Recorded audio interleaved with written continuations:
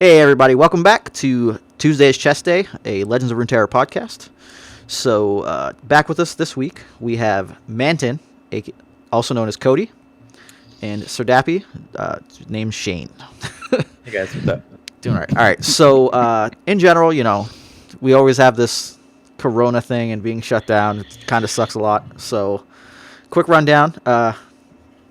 Manten, how was your weekend? Or your week in general? Well, it was good. It was the first time I got to actually sit down and play a bunch because it's been super busy with work because of obviously the coronavirus. But I got to get back in the game, test out a bunch of the new nerfs, play a little bit of Expedition, and it was pretty good. I enjoyed it. I really like the spot the game is in. I know we're going to talk about it a little bit more later, but I like a lot of the changes that they've done so far. Nice. So, Dappy, how you doing? Good. Haven't been out of the house in like a week, it feels like. Haven't worked from home this much before, so I don't know what day it is sometimes. I kind of live in the Joe life, but I actually work. Yeah. Not knowing what day it is definitely my special. It actually gets to a point where I forget when to take out the trash. That's the most brutal one. I'm just like, wait a second, what date is it? Oh man, I had to like set it in my phone at this point. It's like, take out the trash, you bum. But yeah, so mine's been okay too. I haven't played Legends of Runeterra a ton for a while. I just didn't feel like super motivated. I was like 7 champs left. But this recent weekend, I did play in the Duels of Runeterra 5. I wasn't a big fan of some of their old formats, but this one seemed pretty sweet. For any of you guys that hadn't watched the Korean Invitational, what they did was they had played a best of 5. You had to bring 3 decks, and you could not have a duplicate region, which meant that it was going to kind of bring up spots where people brought some like weird or new list, and it was overall very interesting. For Duels of Runeterra, though, there was an adjustment. What would happen is we would actually each ban one of each of the opposing decks, and then we'd play best of 3, and you had to win with both of your decks to win. So overall, the format I felt was very refreshing. You weren't just seeing the same list over and over, and if you built your 3 sets of decks in a specific way, you could actually ban out a list that would just counter you completely. They, like 15 minutes before the event, they actually put out the Excel sheet with the deck codes for everybody's lists, so that you could, once you got the pairing, you could go in, try to check them, which is really hectic overall. But yeah, I played the event, won the first round, lost the second round, and then actually dropped. And like, it was really weird for me because like normally you drop like when you're out of contention, or in general I just don't like dropping. But overall, it felt super hectic to me. I hadn't played in a tournament in a really long time. Brand new game. The way like the format, the interacting with people was kind of overall messy. Would I do it again? Hell yes. But I would probably be way more prepared. Because like I said, I hadn't played for a while. Like the day of, I'm like, oh, let me go downstairs and go on the computer and practice some Legends of Runeterra. And then I was like, I don't know what I'm doing right now. I like trying to build these decks and make adjustments and like then go in. But overall, I think it was really fun. If any of you guys are looking to kind of get into those, they should be doing another one in 2 weeks. I would definitely, look into getting into that and any other tournaments. Wicked fun. Also very hard, because like you're not getting to play 3 lists that you're necessarily super comfortable with, or even kind of like, because like the whole region and no duplicate thing. So let me ask you this: yeah. So you played in Artifact a lot of the beta and the tournaments there. How did they do? Like, what could they learn from like maybe that Artifact style? Because I know you guys were doing a lot of tournaments in that, which was online only, people in it. So like, what can they learn? Well, so that one was slightly different because when we were doing it, the tournaments were already situated via Artifact. So like they had a tournament option in Artifact to be able to go and do the stuff. Originally though, they did it all via like challenge. So it'd be like everyone entered, whatever's going on. Like no check-ins, they'd get started, they'd pair you up. You'd play whoever your opponent was. Your opponent didn't show up in 10 minutes, DQ'd, move on. For the Duels of Runeterra, it was a bit of a mess. So the breakdown was, you would go to smash.gg, you'd register there. You would submit your deck list there. That was all fine. You would get your pairings on there. And this is where it kind of got messy, because you now needed to kind of get in touch with the person, get them added on Legends of Runeterra, because you needed to challenge them that way. So if their name on Smash GG did not match their Discord name in the server, you had to like go look at the list and find out which one was which, hit them up. Then from there, we needed a rock, paper, scissors to see who goes first. Because when you challenge in Legends of Runeterra, whoever sends the challenge is the person who goes first. So you'd have to rebound to another website for rock, paper, scissors. Then like the rules were, if you won that, you got to decide whether to decide, literally decide whether to decide in the first and third game if you chose to go first or second, or if you got to choose to go first or second in the second game and ban second. Wow.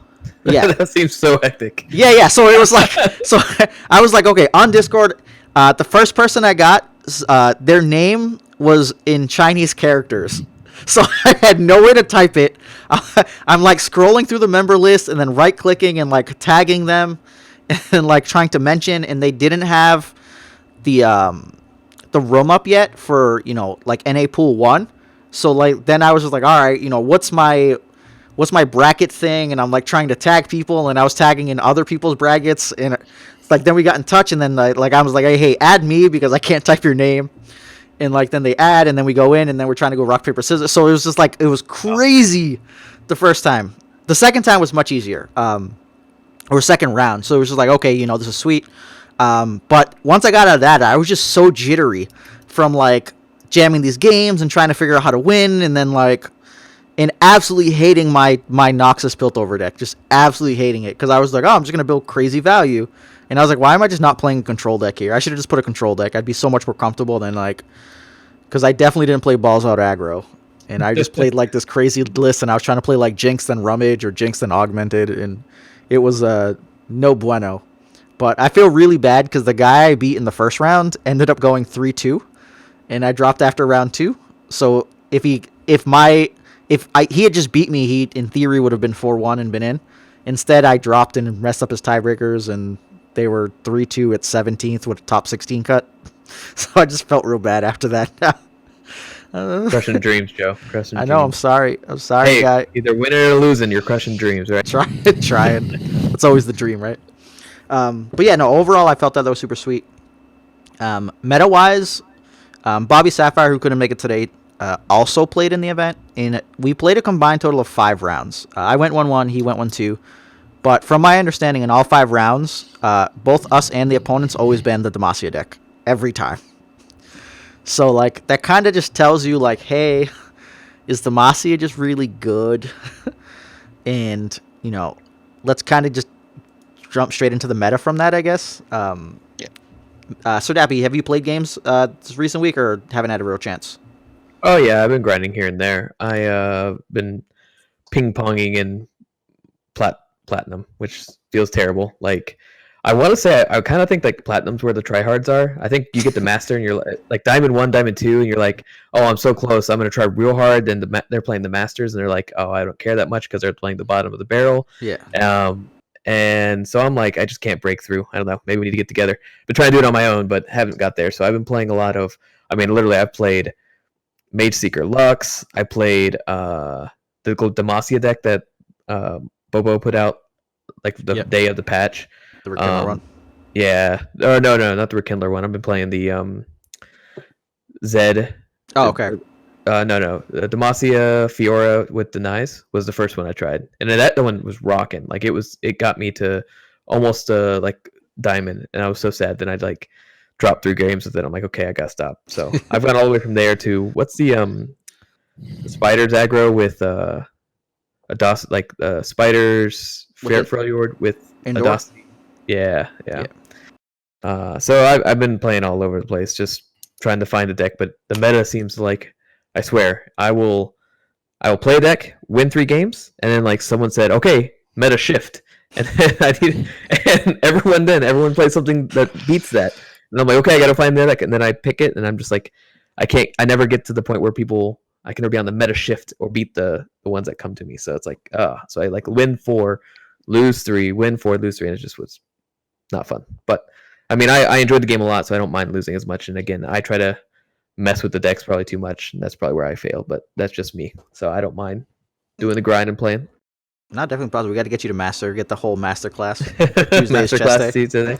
That's cool. Yep, That's what I'm saying. I think we everybody probably just need. I'm probably missing just a couple things that are normal. Like I've started picking up on like the deny the lifesteal or barrier the lifesteal, stuff like that. So like I can handle that okay. It's just like there must be something I'm missing because I'm just like this is not working for me. So, but the meta is awesome. I love how often it switches, how much it goes, and I know I have the meta up here on the screen as a show probably. Yeah.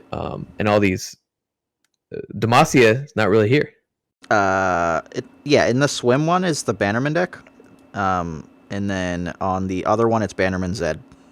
Yep. I feel like Demacia is like a great tournament deck. It's not a great ladder deck because like some things just beat it and it just like hard beats a lot of other things. But having that in like your arsenal, if you're playing, 3 different decks, you don't want to run into the Demacia deck that just hard counters one of the other things that you're running. And that seems to be how Demacia is set in the meta right now. It might evolve. I actually think Demacia is going to get continually better and better as the meta fleshes out. But the way Demacia is it's like, oh, you're playing an aggro deck. Well, my Demacia is like a control and it just beats aggro. You're never going to get through this. And so like you don't want to run into that. Or if you're playing like mid-range, you don't want to look into like super late game value Demacia either. Both of those are kind of terrible. And Demacia splashes in so many decks right now. It could be doing a lot of things. Yeah. Well, like the big thing too, right, is like, so if someone's playing against an aggro deck, or they're playing as aggro, they're playing as spiders, Fiora just like eats those up because they don't have any combat tricks besides getting bigger. So then you're just like, oh, Fiora, challenge, okay. Oh, you made it bigger. I'll throw on a barrier, and then it's like no, and then couple fights later, and the game ended, or a single judgment and the game ended, and you're just like, oh shit. And you can play like a greedy Demacia deck, and then in order to just shore up your like aggro, you just run Judgment. And a lot of like the pure aggro decks can't handle a Judgment. No. I'll agree with that. This week I played a couple where it's like, okay, I Judgment. They're like got me to 4 health, and I get one guy out there with enough power, and I have Judgment mana, and I throw it out there, and they just concede at 20, and I have 4 because they know they've used all their guys. All they have is some really weak combat tricks left, and they'd have to draw perfectly to come back. Yeah, that's actually why I like some of the current lists making the rounds. Is like, okay, they're situated more as like a mid-range aggressive deck. They're heavy on the early, right? Like they either have like 3 to 6 ones usually, and depending if they're missing ones, then you're seeing like 9 2-drops and like 8 3-drops, or it spreads out and it's like 6-6 something like that. But then there's like a few 5-drops. Couple 6-drops, couple 7s for like, okay, we went to late game and I'm playing against control. I can't just play a bunch of small guys that are just gonna die. So like they have that situation where they can get a grip full of late game guys and then just die, or they can actually just curve out and obliterate you. Like, I don't know if most of you have tried to play against a Bannerman deck that hits curve properly. It is disgusting. Like, it's real crazy when they hit the curve out and it's like, all right, tracker, okay, into like War Chefs. Yeah, into like Fiora, into like Bannerman, and you're just like, oh, this is disgusting. I can't fight this.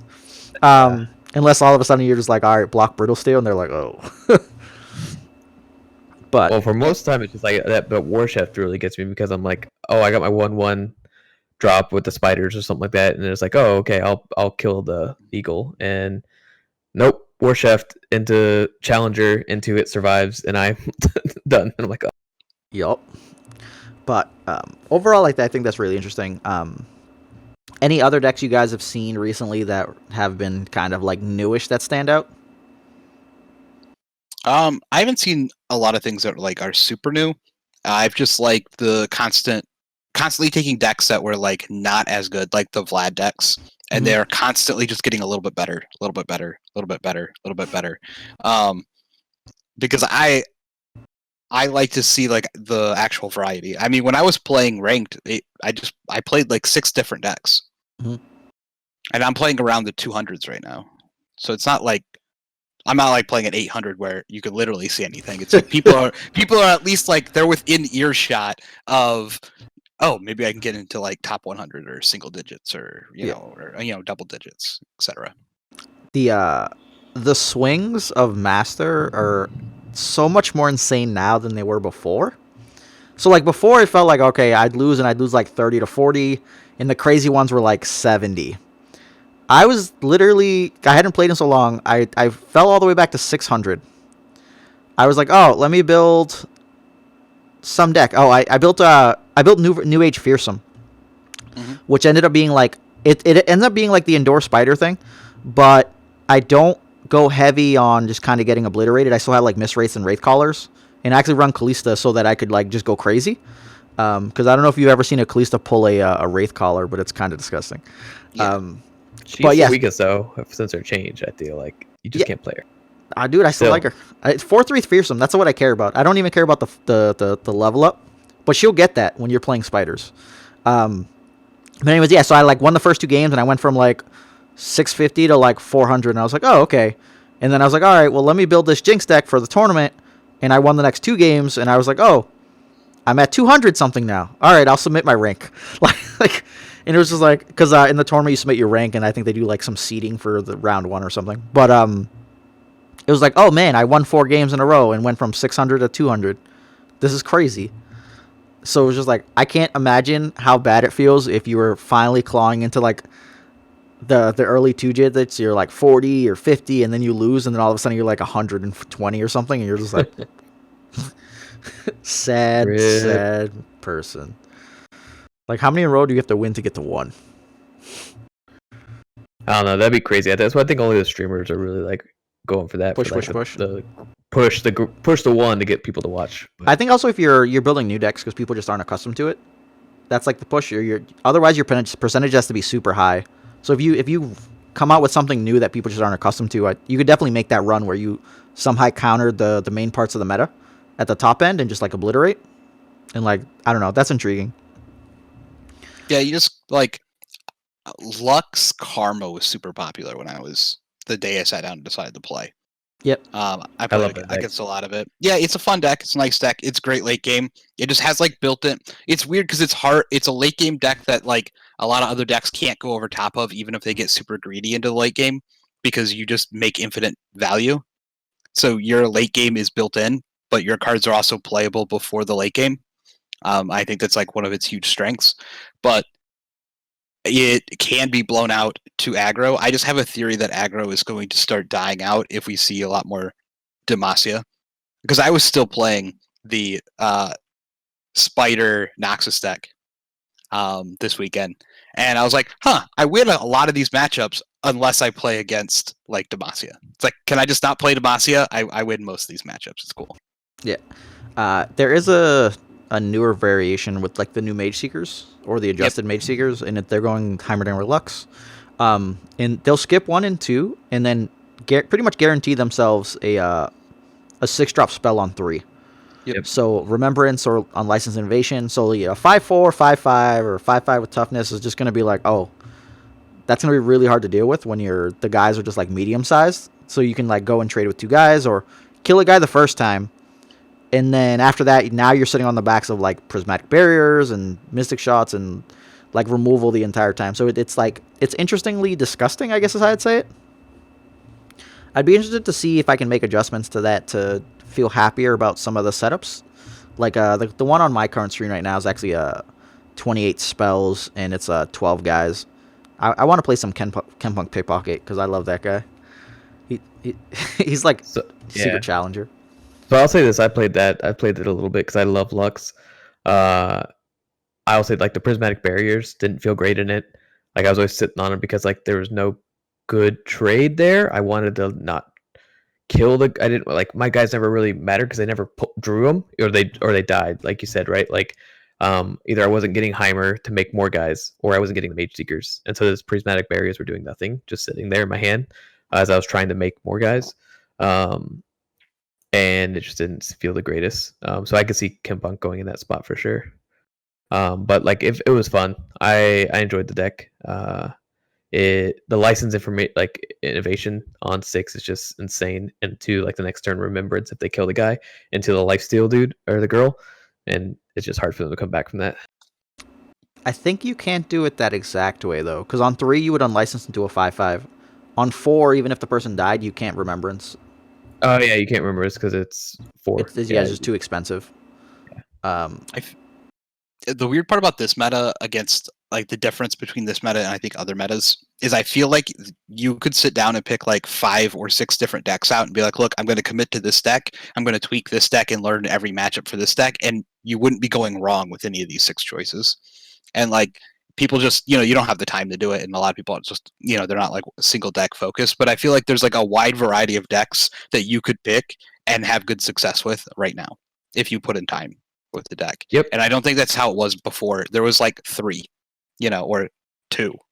Yeah, that's fair. It's much more open right now though, because we're still only 1 week post nerf, or even like because today's Monday, you guys will be listening to this on Tuesday. So like 1 full week because the adjustment came in last week. I think the big thing is kind of just keeping up with stuff. And Heckram's not in the met. Like, when's the last time? Heckram's still there randomly, but he's not in the top tier decks right now. We're not. You guys think that nerf was too? I don't think the nerf was too much yet. I think it's just early. So Heckram was kind of already falling off in portions because the decks for built on Heckram were just kind of so late. People went away from a lot of the fearsome stuff. And then like the current Spider, Iceborne Legacy, like indoor deck was actually kind of already making the rounds prior to the adjustments. So with the new adjustments, I feel like it kind of just picked up a little bit more steam. People decided that instead of going Heckram and to try to kill you, they'll just play, They Who Endure, in like this thing's like a 10-10 or 11-11 overwhelm. Forget swinging with a 4-5 and a couple 2-2s because my board's already packed. I'm just gonna swing with this huge guy, and I'm gonna throw it with an atrocity. Yep. And like I think that's kind of why we're not seeing Heckram as much. But like I could see where it comes back and it sees overall usage if there's another fearsome variant that doesn't use Freljord. I'm not sure if you like. I'm not sure why. I guess because like some of the Freljord options just seem really sweet. The threat of like the combat trick or just deciding to all of a sudden run brittle steels and stuff or elixir of irons to protect someone are very good. I definitely had a situation where person skipped 1.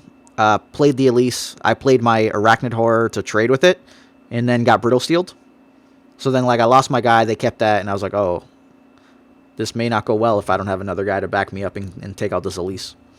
Yeah, there's also, like, a big change that happens when the meta shifts a couple of turns. Mm-hmm. Because in Runeterra, we were talking about this a little earlier before, but in Runeterra, once you start getting into, like, the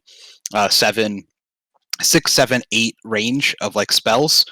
They're huge impact spells in a lot of cases, or sometimes guys are.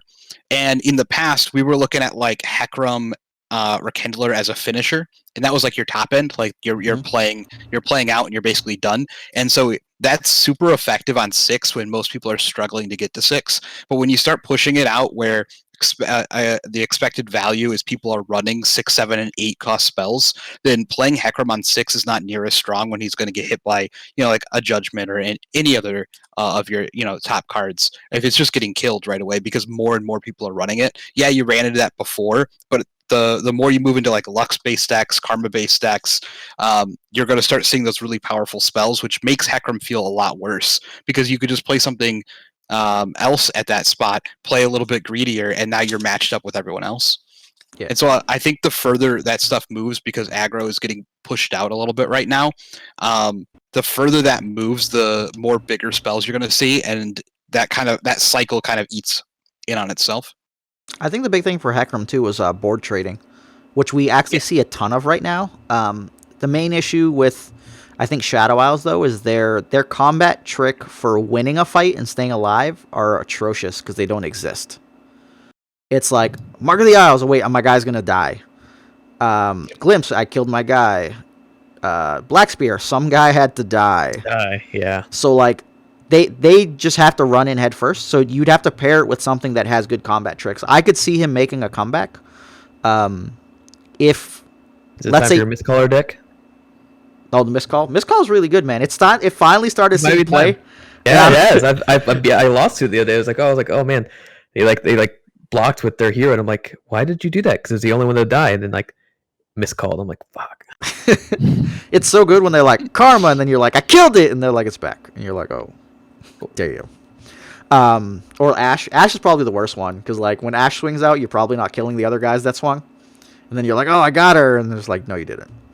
But no, it's just so like if you're trading boards, I think Hecarim. That's where Hecarim kind of situate himself well. But the main dilemma is like, okay, Demacia, or in general, is trading with the guy, right?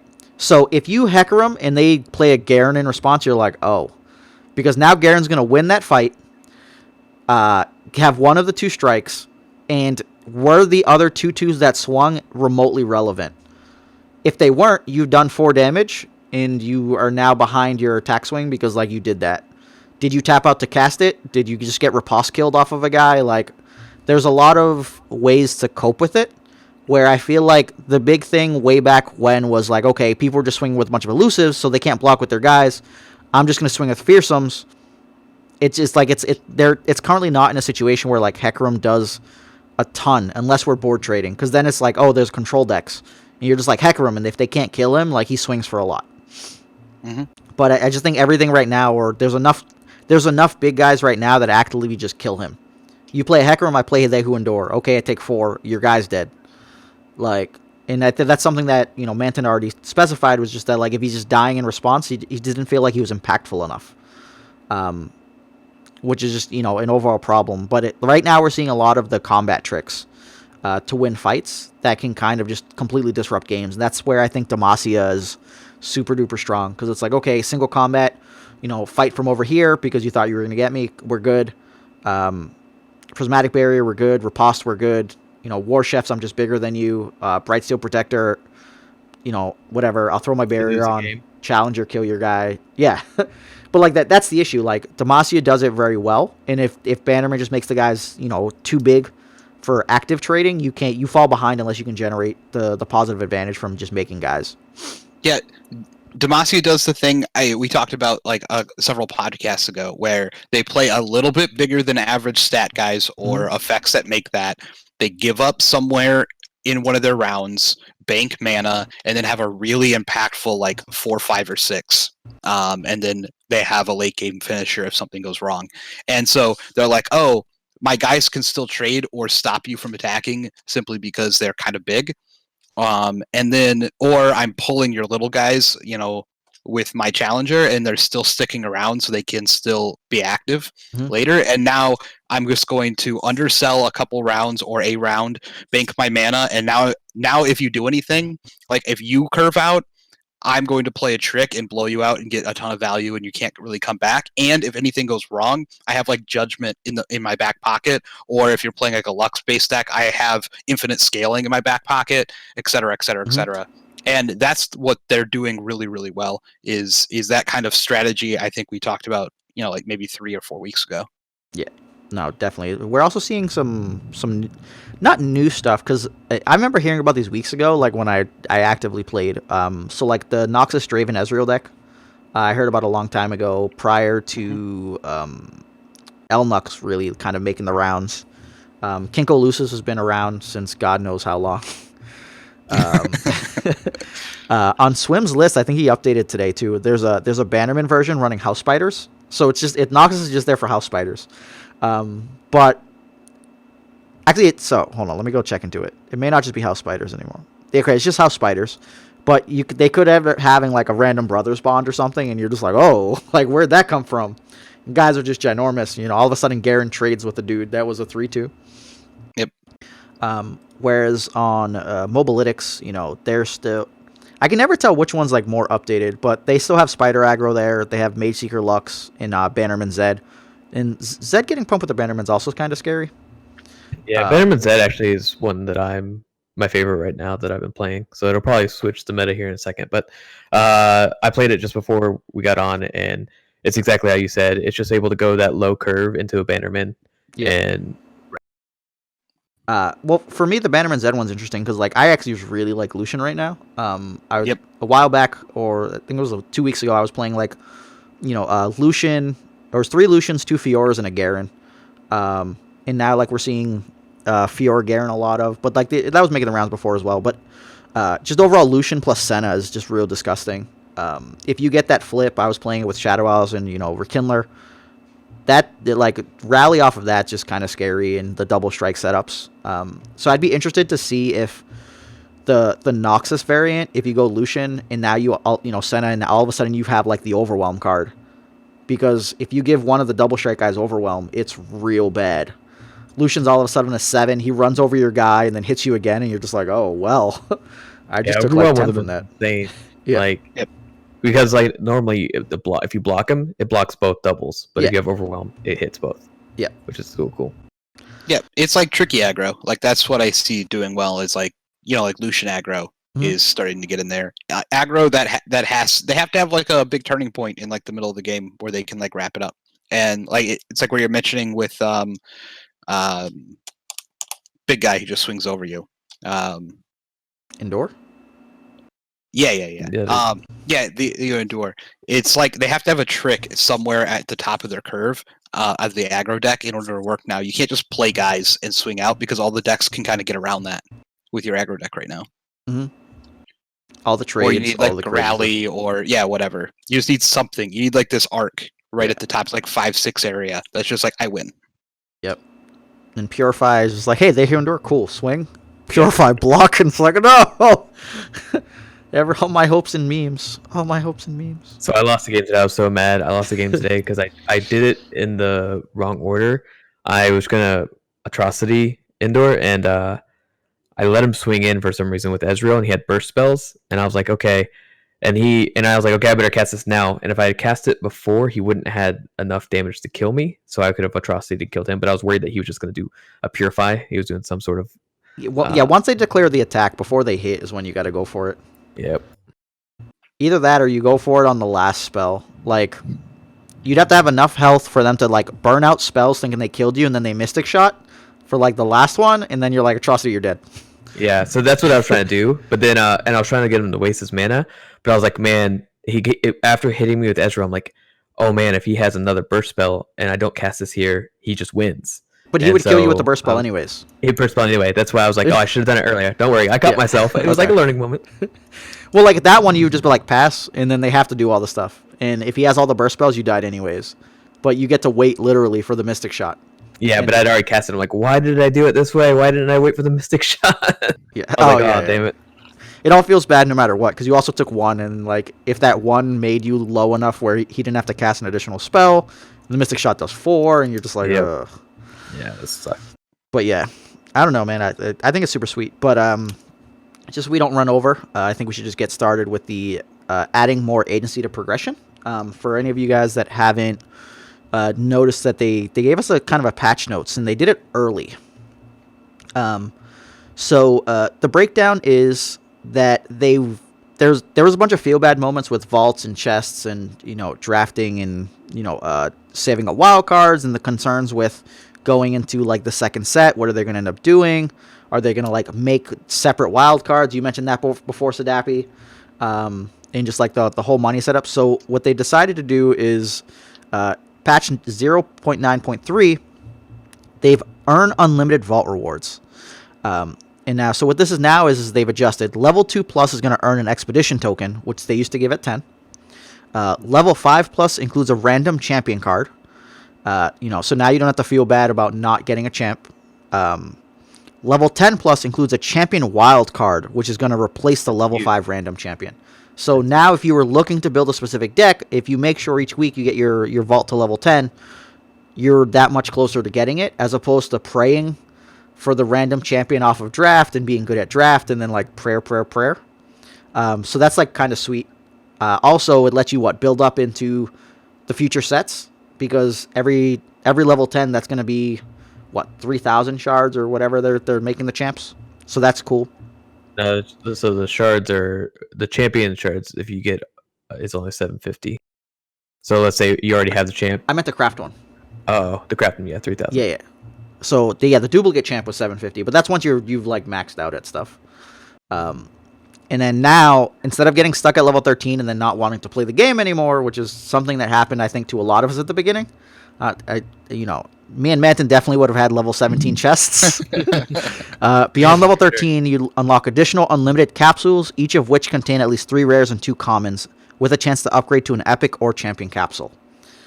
I'm curious to see how many points you're gonna need to get those Yeah. those extra capsules. Like, is it 4,000 per capsule? Because then it's like, Doesn't matter. I don't think it doesn't really matter. Like the fact that you're earning towards something will make people still want to play. Like correct. You get to level 13 and you're like, oh, how far do you want to go though? Is the question. Like, as long as you want to go. I mean, that's. I feel like even if I didn't get one, at least the XP didn't feel like it was. Like it didn't feel that way. Like, oh, I was gonna get there. Well, that's what the next change is for. Is that you always get experience now playing PvP in normal or ranked. Yep. PvP wins in normal ranked expeditions net you at least 200 and 100 base XP respectively every time. Play as much as you want. AI wins will always provide at least 50 experience going forward. Farm them AI, fans. Farm them AI.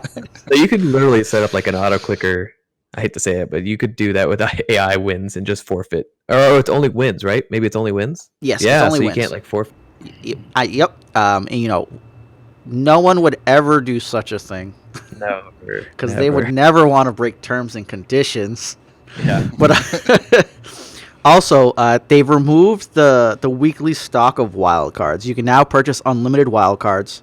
And then alternatively, you can directly purchase cards in the collection tab using coins. That, for me, is probably one of the greatest ones. Because if you didn't have the correct coin amounts, it sucked. Like, you literally couldn't get a wild card, and you're just like, I can't enter draft, I can't do whatever. This is just, like, excess, and I don't want to buy, like, a common.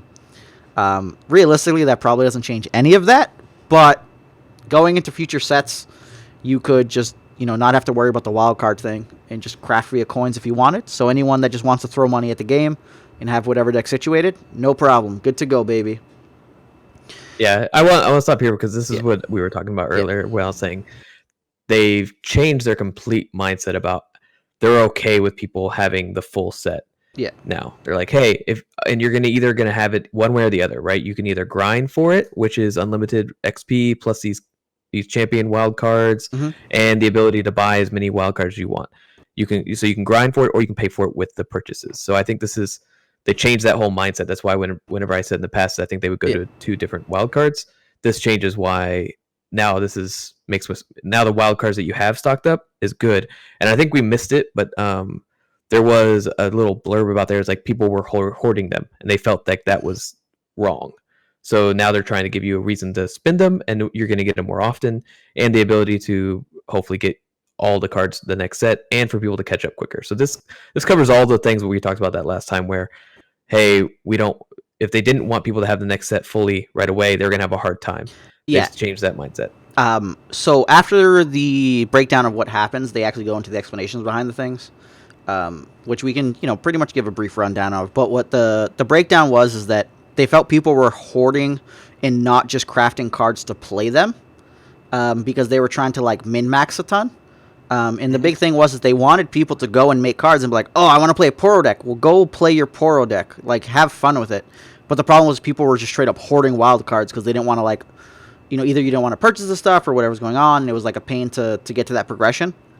And I think that the big thing that they tackled was that they didn't want new people coming in to struggle that much, right? Like, if you wanted to come in and throw money at it or come in and grind a crap ton, you were now able to do that, whereas before it would feel bad. Like, how many times did you guys play games, then all of a sudden your experience went from 200 to 100, and you're still like, but then as soon as it dropped to 50, you're like, oh man, I don't want to do this anymore. It's like time to go to a new mode or time to quit. Yeah, that's exactly what happened. I'd be like playing, and then it'd be like, oh, my wins are worth 50, my losses are worth more. This is terrible.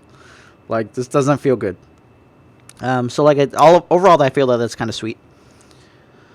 But yeah, I like it overall. I mean, it made sense why people were hoarding before, because in actuality, it made perfect sense to never spend your wild cards now, because you can, with only one set, everything will eventually unlock for you if you play enough.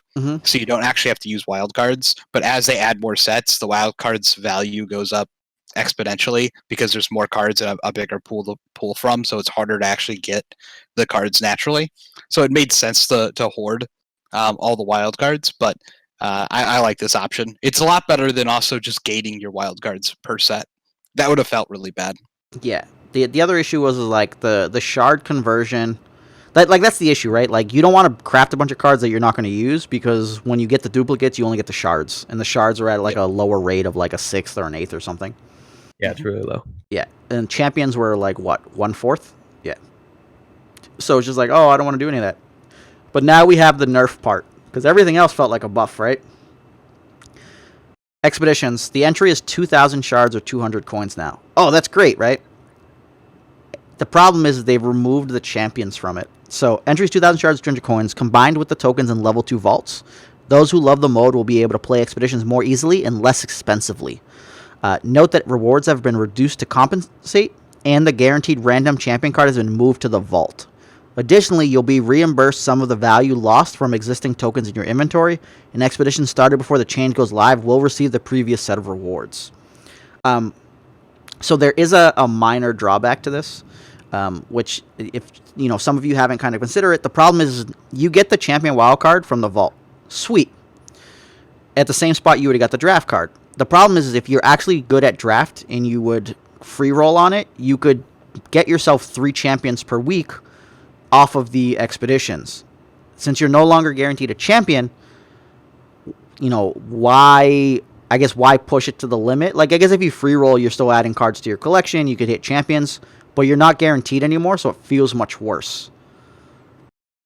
I will say I agree, because like I was not playing Expedition as much because I actually have all the champions. Yeah. So I was like, I'm gonna save these tokens for the next round whenever they guarantee a random champion with Expedition. But now that they don't, I'm hoping that if you win enough, it's like guaranteed. Maybe that your vault will. I mean, is it saying that make sure I'm understanding right, you can't get a champion from Expedition at all, or is it just no, the auto champion's reduced. So they guaranteed you champion before. That's no longer there. So now if you go like O2 drop, you're not getting a champion from that, I'd expect, unless you had some obscene luck. Upgrade. Yeah. Yep. I would hope that at 7 wins they still give you a champion, but who knows how that breakdown's going to end up happening.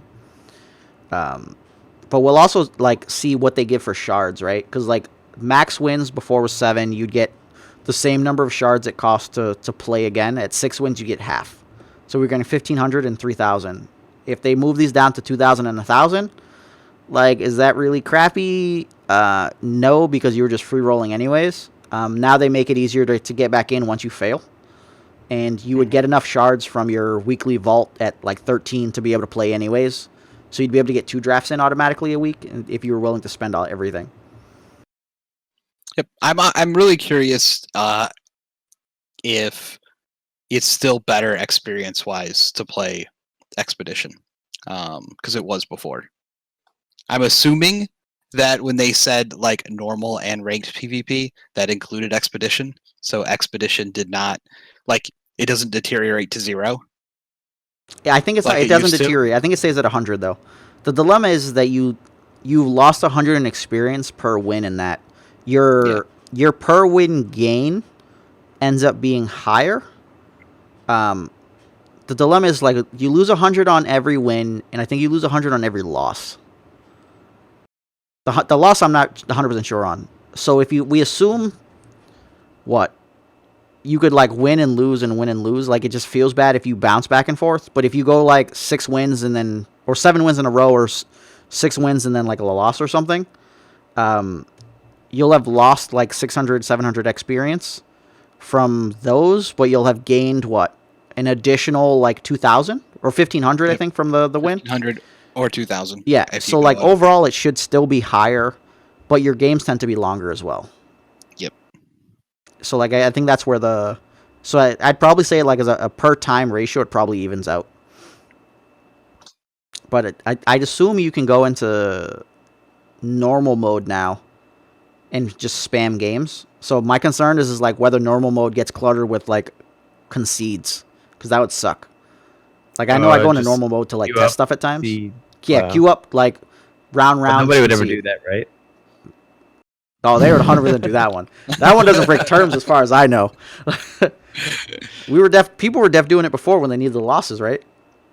But I guess at the same time, let's go back up. Did they talk about the losses? No, they talked about the wins. Well, PvP wins. The wins are still 200 and 100. 100, so the losses probably won't. Those will probably still degrade, but the wins won't. So that would make sense then. So if you win, you can still push, but they won't let you just concede out the wazoo and get all those points. That makes sense. Yep. And then, essentially, last but not least, experience boost levels on region roads. These levels will increase any experience you gain toward unlocking them, accelerating your progress through the earlier part of the road and allowing new plus returning players to catch up quickly. So I have no idea what that is exactly. But my overall expectation is it's going to be if people haven't logged in for a while, they're going to have like a boost so that as you play, you're going to get additional experience to get through the regions. Yeah, that's exactly what you're right. Yeah. So like I don't know if you played an MMO, but like you don't log in, you log out in like a resting area. Yeah. You get rested XP, and that XP then accumulated for you. So I'm assuming anyone who doesn't log in very much might get some additional XP to that region they're locked into, and then you just get boosted as you try to come back. So let's say I log out for a week, and it's like a 200% XP for every hour I'm out, right? So it's like, hey, you're gonna get an extra 100 XP for every hour. So then you just accumulate that XP boost, and then you log in the next week, and it's your normal XP times that boost. Okay. I didn't understand that very well, but seems sweet. Yeah, obviously those are not the real numbers, but No, not the real. In general, it's a way to get people to catch up quicker, and a reason to, like, if people haven't logged in for a while, that make them feel like they have a way to catch. Yeah, no, I definitely enjoyed it. Joining, like, entering some games, and they have that boost where it's like, oh, for the whole first month, you're just like running at like triple times experience, and you're like, oh, this is sweet. I can catch up to people. And then you realize everyone else is like 30 levels higher than you, and it feels bad. But you're getting there fast. You gotta get. It does feel better. It does make you feel better. Yeah. Unfortunately, in this game, you can't have a bus ride, which is when someone would carry you.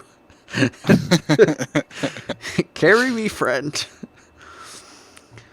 But yeah, overall, I think a lot of the changes are good. I like where the meta's going. I'm excited to hear details of like when they actually plan on looking at the next set or what they're doing for like tournament stuff. I'm gonna keep saying that like every week until we hear about until they tournament do stuff.